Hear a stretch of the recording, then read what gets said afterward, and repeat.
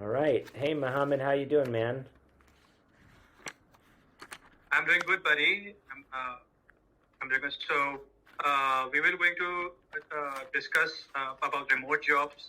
And first of all, I would like to introduce my audience to Alex Olthoff, who is really helping people of Pakistan to get remote jobs. And he has also developed a platform named by Pak Talent, where he will going to highlight and give highlight to the people of Pakistan and the Pakistani talent and help them get those remote jobs.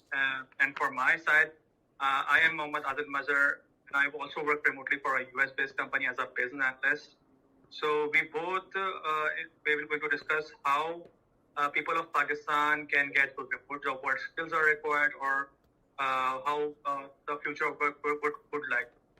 So the main topic of today's podcast would be like people of Pakistan want to understand like why companies in USA or Europe want to hire people of Pakistan. Like why is it is a necessity or why is this happening? So yeah, Mohammed, I'll tell you something I discovered over the weekend that might help you and the audience understand that something very interesting.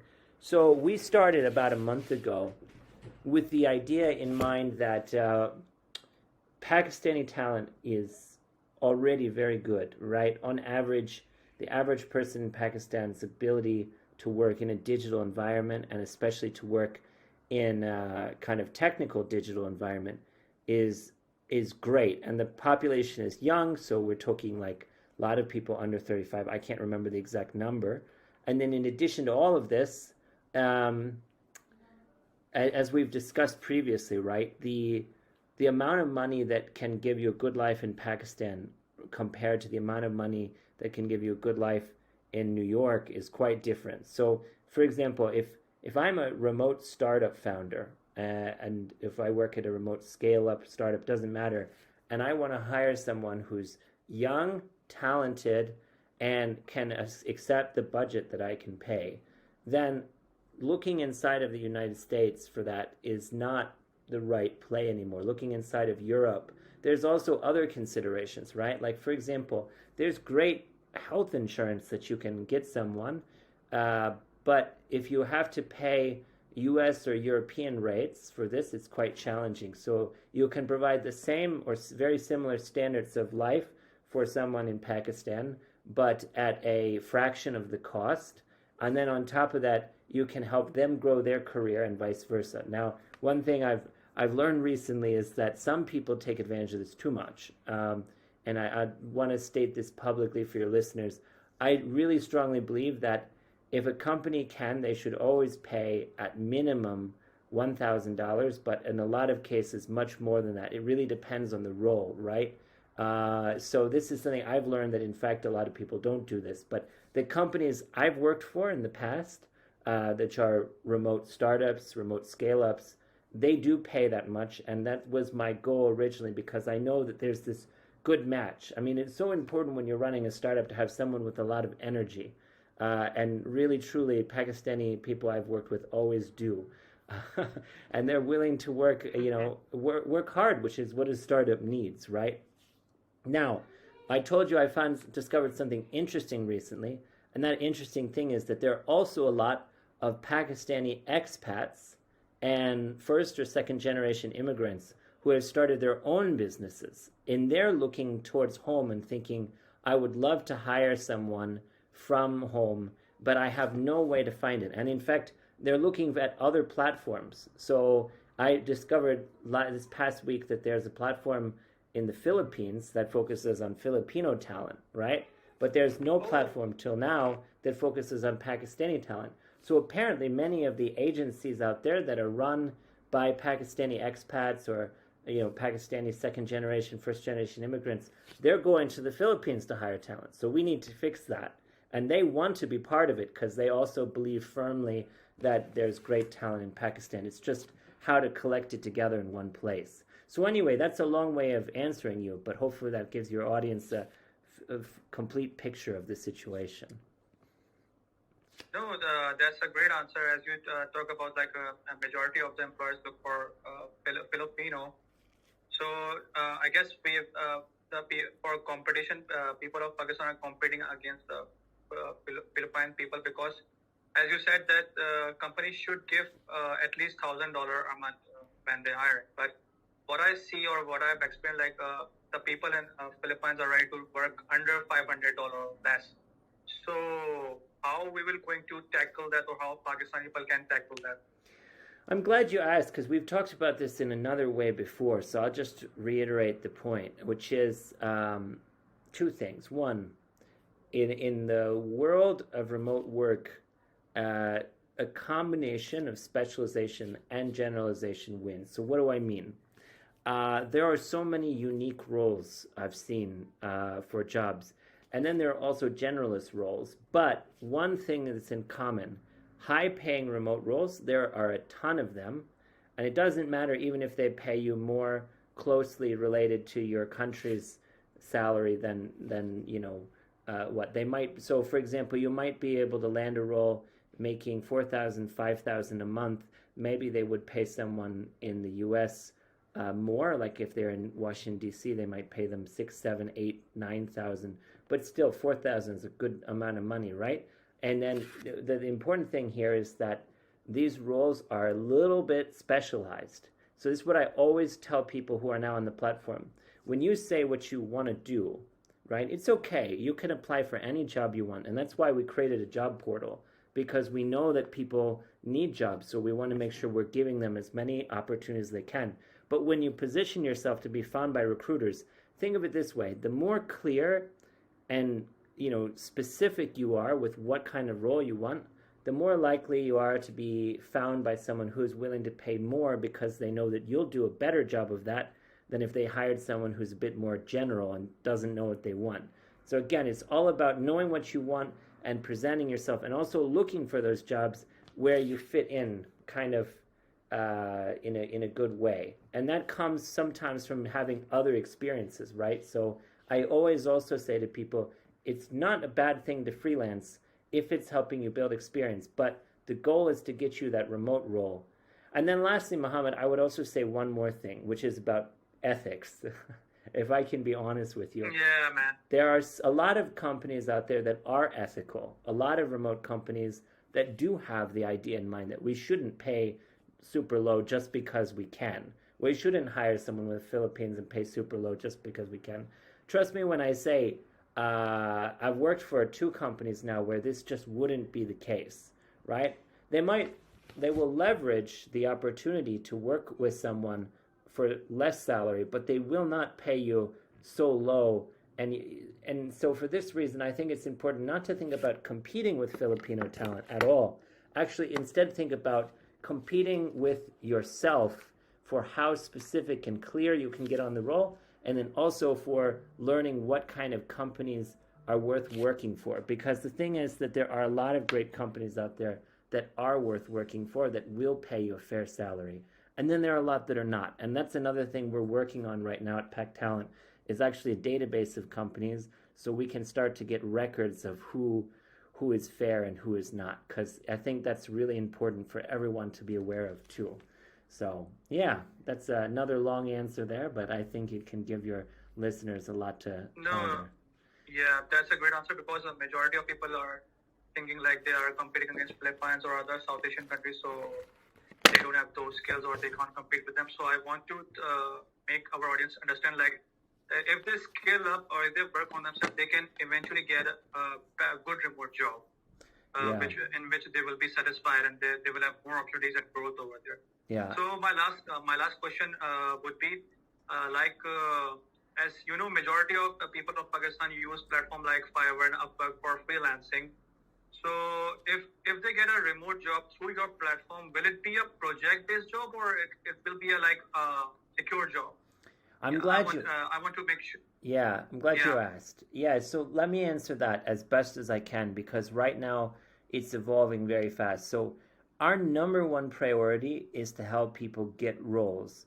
Our number 2 priority is to make sure that they are secure roles, and our number 3 priority is to make sure that we are getting them hired through recruiters instead of us doing all the work, because that's the best situation is that we are not always sending the jobs, talking with people, then sending them to the companies.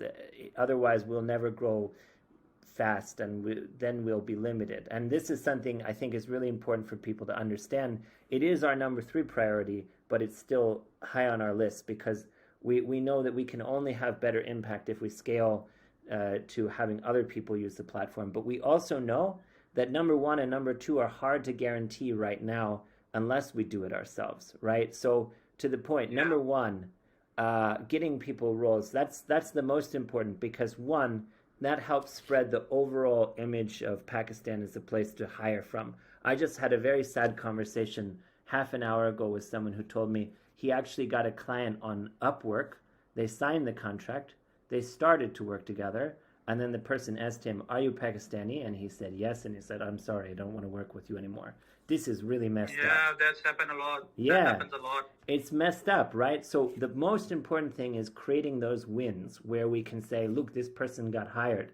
But then the second most important thing is stable jobs. So what I'm trying to do is, as much as possible, find the stable jobs that will hire people, but at the same time, also focusing on whoever is willing to hire, as long as they are ethical, to connect them, right? So I have had some conversations with Pakistani remote agencies who are hiring, inside of Pakistan, and sometimes they are willing to pay the rate that I think is right, sometimes not. But as long as I think that they are ethical and they're treating the people well, I will still try to connect them to the talent because I think it's still a win for everybody. Yeah.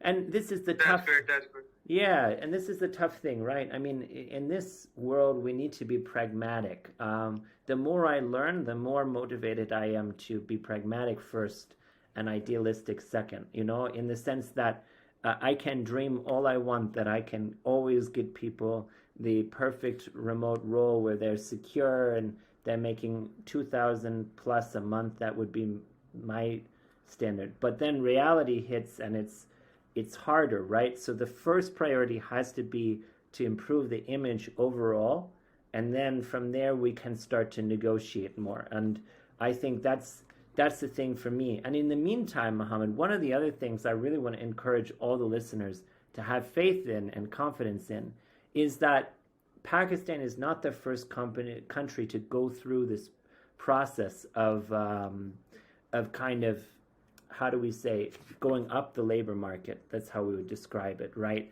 In terms of value, in terms of perception by the international community. It happens everywhere. The difference is that I think this time the world is a little bit more sensitive to the idea of fairness. I think there are a lot more companies that are willing to hire. And then the third thing is there's a strong push from the international community for remote work.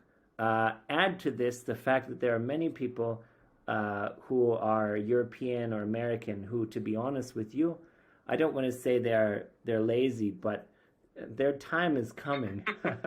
Their time, and it won't be pretty for them when the companies realize, oh my God, we have a recession, we're paying these people so much money, and we could get the same talent at a better rate and still follow our ideals.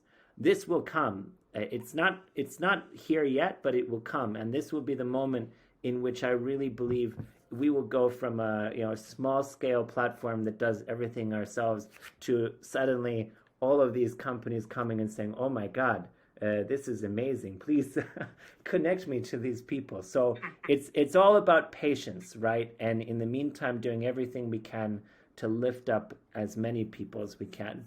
So on that note, there's one other thing, Mohammed, I want to talk to you about, because I figure your audience might find this interesting.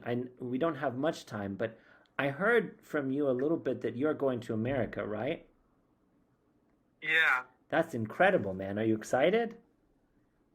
Yeah, definitely, man. I'm excited because I love traveling and I love to travel around the world. I'm traveling after 5 years due to COVID.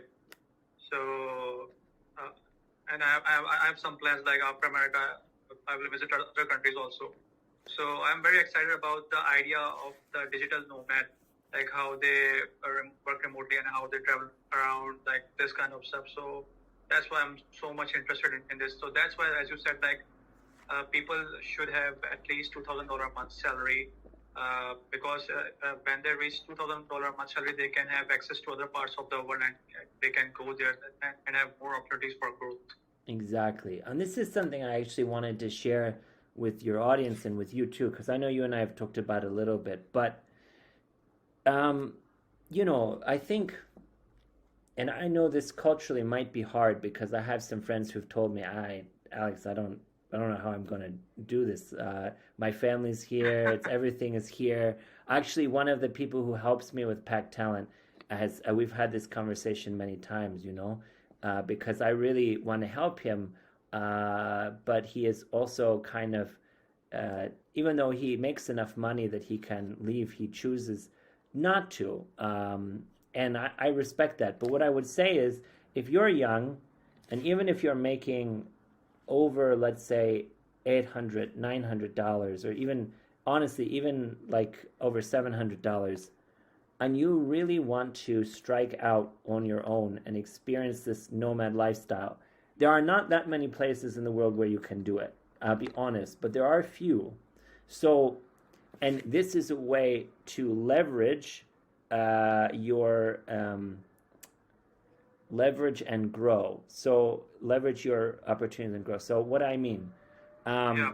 I was in Georgia, the country of Georgia, this past this year for about 9 months. No, not 9 months, 7 months. Anyway, this is one place where even if you make less than $1,000, you can survive, or maybe even live okay, because the cost of living is pretty low. And in addition, once you do this and you get out of Pakistan, suddenly you have a kind of leverage over companies, because you're not saying I'm living in Pakistan anymore, and they can't think of, Yeah. yeah. And I'll tell you this because it's important, right?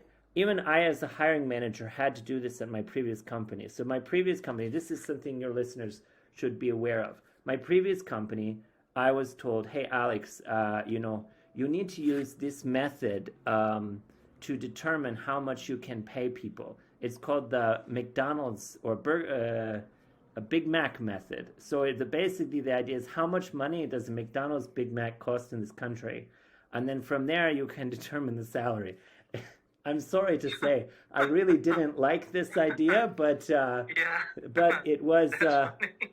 yeah. I mean, it's apparently the Big Mac is a good indicator of the overall cost of a country, or cost of living in a country, because of all the ingredients that go into it. Together, it's a kind of reflective of the aggregate prices. Now, is it the right way to offer salary? Maybe no, but it was a model, and I'm sure many other companies, when they hire, they do something similar.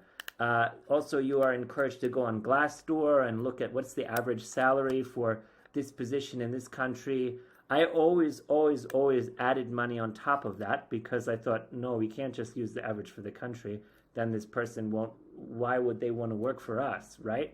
But my point is, if you can go to a country like Georgia and you can survive, and trust me, there's a big Pakistani community there, a lot of people who are willing to help each other, then you can negotiate for more. You can say, hey, look, I'm in Georgia now and the cost of living is this, right? So I want to encourage your listeners, there's so much opportunity in the world now.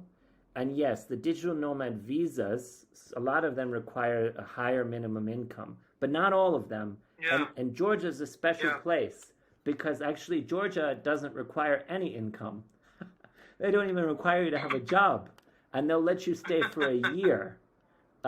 So I say this seriously when I say, look into this stuff and think about how, if you already have a remote job, even if it's not that high salary, how can you leverage that? Because trust me when I say, people on the other end of the spectrum in North America, they're already doing this, right? If they're, and so Yeah. they're getting paid high salaries to move to and living in cheaper countries. This actually, I think, is not right.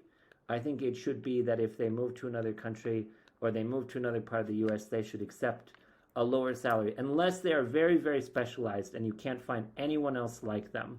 But of course, if I said this, too loud, probably I would get in trouble. So hopefully not too many Americans or Europeans are watching this and getting upset. Yeah. I try and follow this position even for myself. So anyway, I tell you this just to say it's really absolutely critical to pay attention to these kinds of opportunities. And maybe after this call, or after this podcast, you can put a link into your into the description about Georgia, because I do think it's a really great first step if someone is looking for that opportunity. So yeah, Perfect. yeah, cool, man. Nice talking to you, man. It was great. That was great insights.